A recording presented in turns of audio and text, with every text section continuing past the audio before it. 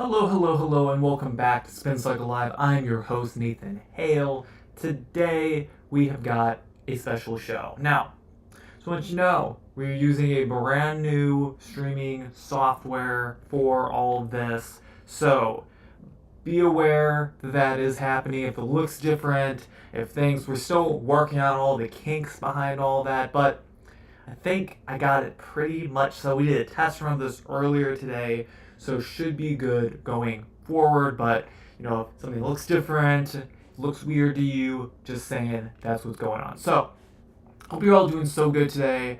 We got a lot of stories to talk about, but if you're not already subscribed to me on YouTube, Rumble, Instagram, TikTok, follow me on X, now known as, or Twitter, now known as X, whatever they're calling it now, please go and do that. It really helps us out all around. And support the show, share with friends, let people know how great it is and how much you like watching the show. We're almost done with this background, I promise. We have one show on Friday. It'll be the last time you see it for quite a while. But yeah, let's get right into our first story of the week. And that comes from Strats Time.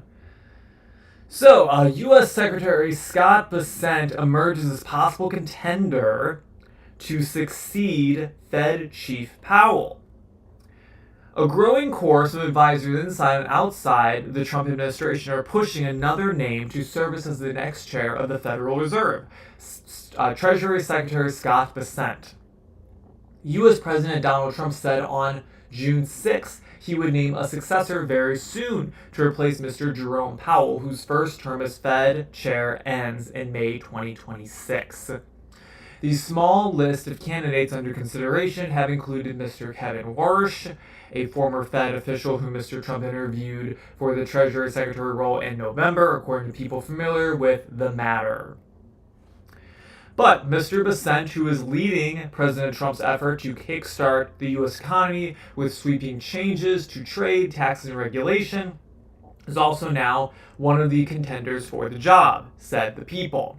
Quote, "I have the best job in Washington," Mr. Bessent said in response to a request for comment. Quote, "The president will decide who's best for the economy and the American people." So I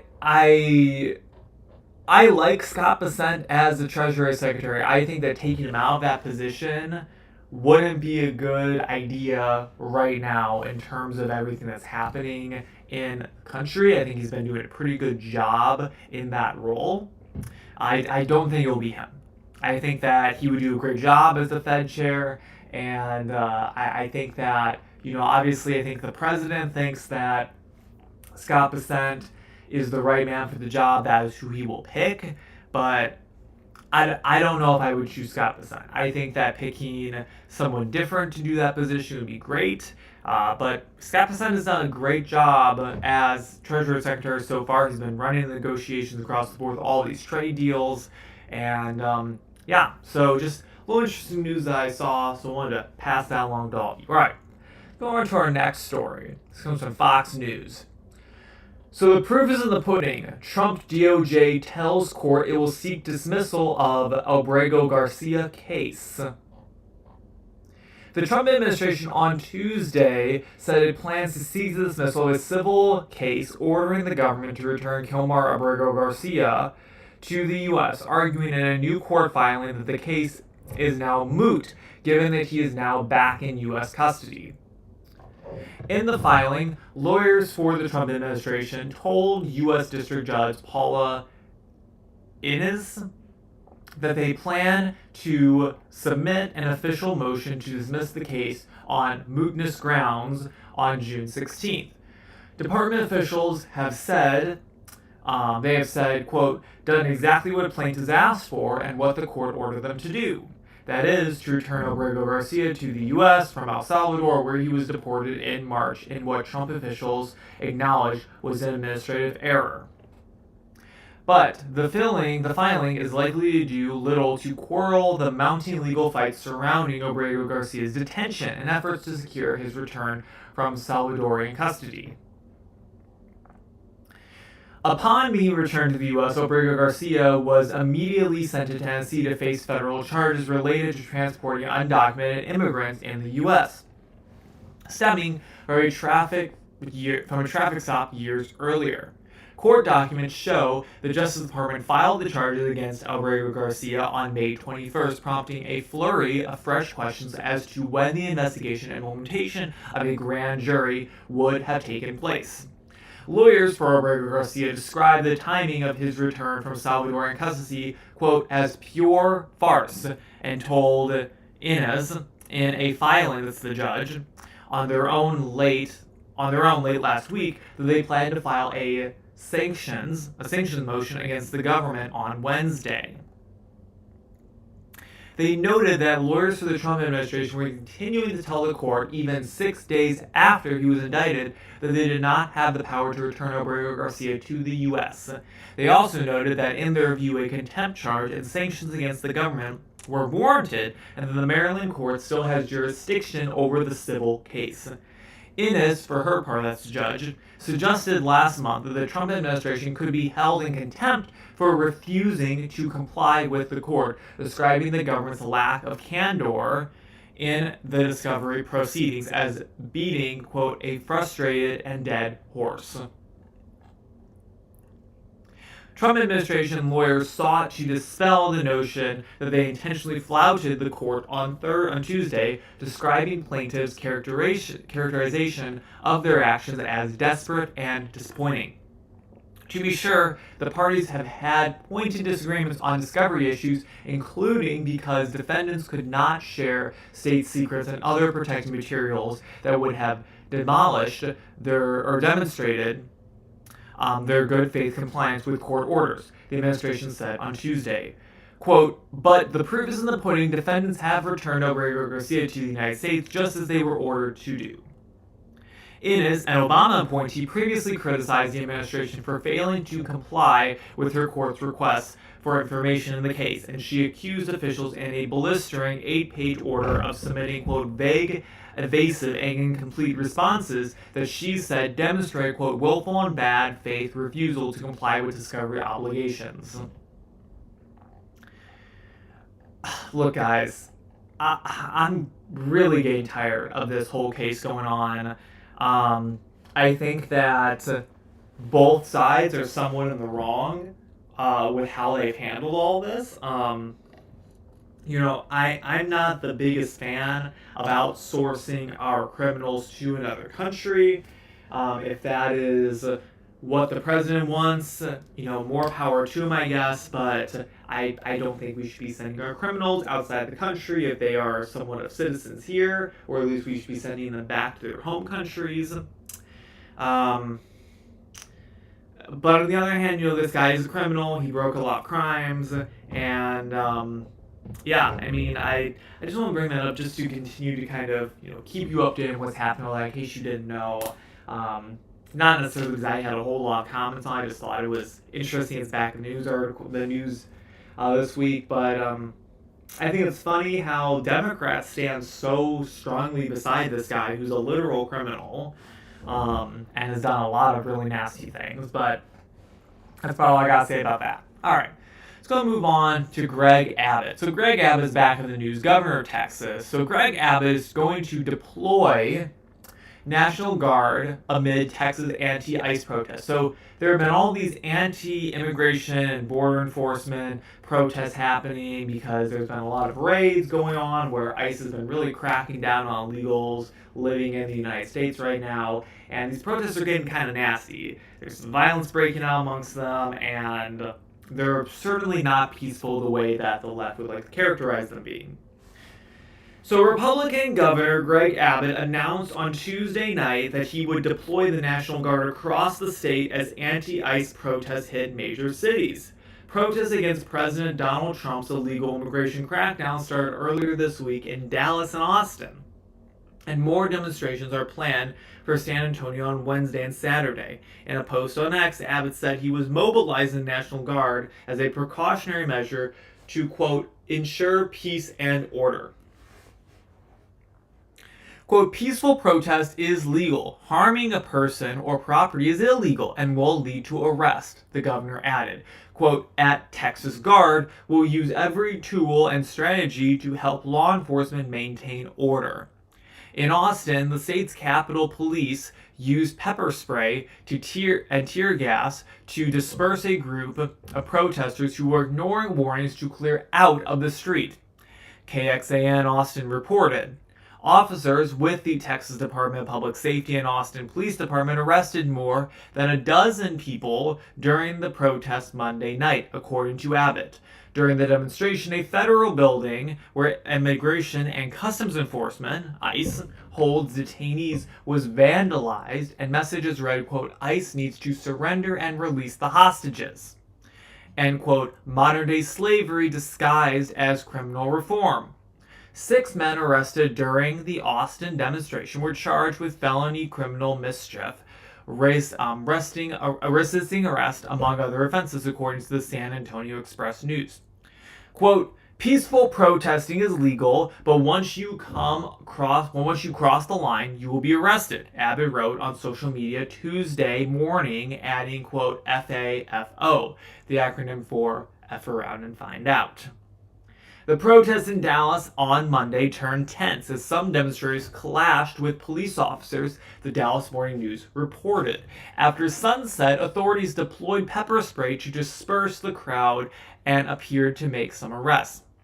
Texas National Guard troops will be on standby in areas where mass demonstrations are planned in case they are needed, according to Abbott's office. Demonstrations organized by a group called No Kings are planned for cities in all 50 states on Saturday, as the U.S. Army will hold a massive parade in Washington, D.C., coinciding with the president's birthday, with Trump in attendance. Protests, some of which have turned into riots, have already popped up in cities across the country after anti-ICE rioters attacked law enforcement officers and damaged businesses and public property in Los Angeles last weekend. President Trump deployed the National Guard in LA on Saturday and then sent in reinforcements days later, including 700 Marines, as he blasted Democrat officials, including Governor Gavin Newsom and LA Mayor Karen Bass. California then sued the Trump administration over the National Guard deployment, arguing that Trump infringed on Newsom's power. Trump has defended his decision, claiming that LA, quote, would be burning to the ground without his attention. Now, 100% in support of people who want to protest ICE. If that's what you want to do, go for more power to you. I happen to like what ICE is doing, but if you're against it, that's fine also. I also stand with what the president has done. There cannot be destruction happening with protests. It is just fine if you want to go and stand in a park, hold up your picket signs, and do a chant. But you cannot consistently keep attacking businesses, attacking law enforcement, and expect nothing to come of it. Something eventually will. And I think this is great. I have no issues with this whatsoever. Now, of course, Gavin Newsom is going to want to sue the Trump administration over this, seeing as he wants protests to happen in his state. He gets more popular if there are these protests happening, and anything that goes against Trump, he's for. This is the derangement of the left right now, and frankly, what happens to the right, to some extent, is they get into their little echo chambers like Gavin Newsom. Do not let anyone tell you that Gavin Newsom is anything other than a radical leftist. Anything he can do that goes against Trump, he will do it. Even if it means the destruction of his own state. Anything to make himself look good, he will do. Right? We saw this when the president of China showed up and he cleaned up all the homeless people on the street for the dude to show up and see. I mean, that made himself look good. Same thing with this. Right now, the left is very much against Trump when it comes to all this ICE stuff. Hence, Gavin Newsom is against Trump when it comes to all this ICE stuff. It doesn't matter if it's right. Doesn't matter if these people are attacking law enforcement or not. Standing against Trump is a winning issue in Gavin Newsom's eyes, so he's going to do it. Same thing in Texas, but on the other hand, Greg Abbott is in favor of these ICE raids happening and wants people to stay safe and protected. So he's fully in favor of having the National Guard deployed in his state to protect people who are protesting and their businesses around them. Because I don't know what it is about the left that whenever a protest happens, they lead to just absolute destruction, but that seems to be what they do, right? I mean, let me paint you a picture. When the right protests, people die, right? We saw this. I covered the show last week, or I think it was last week, where an Israeli man was killed in the street by an illegal from Egypt for wanting hostages to be returned to Israel, and he was protesting against Palestine, right? So the right protests, they get firebombed and they get killed. But when the left protests, they go and destroy businesses, break windows, attack law enforcement. They do all these things. So I don't know what it is when a protest happens that the right is always peaceful and the left is always destroying things, but that seems to be how it is right now. So let's go move on to our next story. This comes from the New York Post. If it'll load on me. All right. So the House passes bill to overturn D.C. law allowing non-citizens to vote. The House of Representatives voted Tuesday to scrap a Washington, D.C. law permitting non-citizens to vote in local elections. And overturn another local law curtailing law enforcement liability protections. In a 266 to 248 vote with one present, the House moved to nix the 2022 Local Resident Voting Rights Amendment Act and ensure that only U.S. citizens can vote in D.C. elections. Quote, free and fair elections are prerequisites for a healthy republic, Representative August Bugler, he's a Republican from Texas, who introduced the bill, said in a statement, quote, the radical D.C. Council's decision to allow non-citizens, including illegal aliens and foreign agents, to vote in local election duties and voting power of the citizen voter. Quote, that power must be defended, and I'm thrilled House Republicans took action today to do so. Here's a picture of the representative. The nation's capital allows non-citizens to vote for mayor, attorney general, city council, city ballot measures, and more. Non-citizens are also allowed to run for office in D.C., apparently.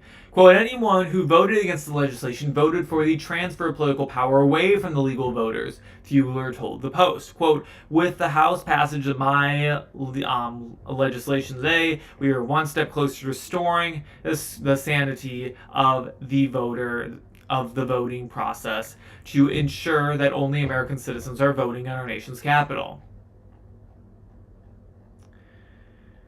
Yeah, so I think this is great. I don't think non-citizens should be voting. I'm so sick and tired of this whole line that, oh my gosh, I've lived here for 25 years in this country. I've voted in every single election since then. I pay taxes here in this country. I own a home here in the United States. I own a business here in this country. I've lived here for 25 years. I'm not a citizen, but why shouldn't I have the right to vote? I've been voting for the past 25 years. Yeah, you shouldn't have been voting in any of them. Non-citizens should just not be voting in any election. I'm sorry. You have privileges when you're a citizen of this country, and you have a responsibility in that country. When you're a citizen in a country, you have a stake in how that country functions and how it runs. You don't get that privilege if you're just here on a visa, or you're just here visiting, or you're just here to stay. You're just here to mooch off of our system, right? I don't get to go over to Germany. I don't get to go over to England and say, oh, I'm going to decide I want to live here now. But I don't want to be a citizen and they let me vote. I don't get to go and do that in other countries, right? But for some reason, we tolerate the United States for whatever reason, because we're just so backwards in the way that we look at voting rights in the United States. It just blows my mind. So I think this is a great move. Non-citizens shouldn't be voting anywhere. You should have to be a legal citizen to vote. I'm in favor of voter ID. I'm in favor of, I'm a little extreme. I'm in favor of having a whole separate IDing system just for voting. I don't have any issue with that whatsoever. So, yeah, I think this is great. Anything we can do to ensure that only citizens of this country are voting, I'm in favor of. And if you lived here for 25 years, you should go and become a citizen of the United States. Why haven't you done it at this point? You've had all the time in the world. You need to live here for, I think, 5 years to apply for citizenship. Go and do it, right? Go and do those things. There's a reason why we don't just allow you to walk across our border and become a citizen of the United States. There are reasons for those things. Because you need to show you have a stake in this country, that you're here to stay, that you want to contribute to our society, that you're a good person, right? There are all these things that come with being a citizen in our country that people take for granted. And voting is one of them. All right. Last story of the week comes from the Hill. Tulsi Gabbard's back in the news. So Gabbard, quote, warmongers bringing world closer to brink of nuclear, and basically Tulsi Gabbard saying that the world is annihilation. Excuse me. For some reason, brain fart. So Tulsi Gabbard says, quote, warmongers bringing world closer to brink of nuclear annihilation than ever before. Director of National Intelligence Tulsi Gabbard posted a Tuesday video warning of the dangers posed by nuclear warfare. Her comments came after a trip to Hiroshima, where she spoke with residents impacted by a bomb dropped in the city 80 years ago during World War II. Quote, as we stand here today, closer to the brink of nuclear annihilation than ever before, political elite and warmongers are carelessly fomenting fear and tension between nuclear powers, she said in the clip. Quote, perhaps it's because they are confident that they will have access to nuclear shelters for themselves and for their families that regular people won't have access to. So it's up to us, the people, to speak up and demand an end to this madness, she added. The international leaders said they feared the threat of World War III evolving as tensions between Russia and Ukraine stir. Secretary of State Marco Rubio and President Trump's special envoy to the Middle East, Steve Witkoff, have been working to draft an agreeable ceasefire agreement for the two nations, although conversation has stalled, the war has heightened. Trump has vowed not to let Iran undertake the enrichment of uranium, which is used to produce nuclear weapons. Quote, we must reject the path to nuclear war and work towards a world where no one has to live in fear of a nuclear holocaust, Gabbard told her followers on Tuesday. Great statement from Tulsi Gabbard. You know, I love Tulsi. One of the reasons why I voted for President Trump was because Tulsi was going to be a part of the administration. I love her so much. She's so great. She's the only Democrat I've ever voted for any reason. She's great.